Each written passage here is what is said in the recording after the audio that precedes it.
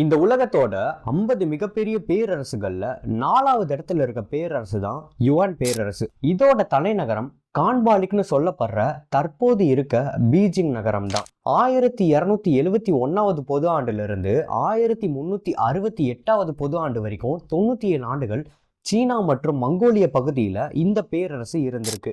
பேரரசர் ஜெங்கிஸ்கானோட பேரனான குப்லாய் கானால தோற்றுவிக்கப்பட்ட இந்த பேரரசை 11 மன்னர்கள் ஆட்சி செஞ்சிருக்காங்க. விவசாயம் மற்றும் வாணிகம் தான் இவங்களோட பொருளாதாரத்துல அதிக வருவாய் ஈட்டித்தர தொழில்களா இருந்திருக்கு. பட்டு, தேயிலை, தானியங்கள் மற்றும் குதிரைகளை இவங்க மற்ற நாடுகளுக்கும் ஏற்றுமதி பண்ணியிருக்காங்க. மன்னர் குப்லாய் கானோட ஆட்சி காலத்துல தான் இந்த பேரரசு அதோட மிகப்பெரிய பரப்பளவை அடைஞ்சது. அவரோட ஆட்சி காலத்துல இராணுவத்துல மட்டும் 6 லட்சத்துக்கும் மேற்பட்ட இராணுவ வீரர்கள் பணிபுரிஞ்சிருக்காங்க. மக்கள் தொகையில 7.5 கோடிக்கும் மேற்பட்ட மக்கள் வாழ்ந்திருக்காங்க.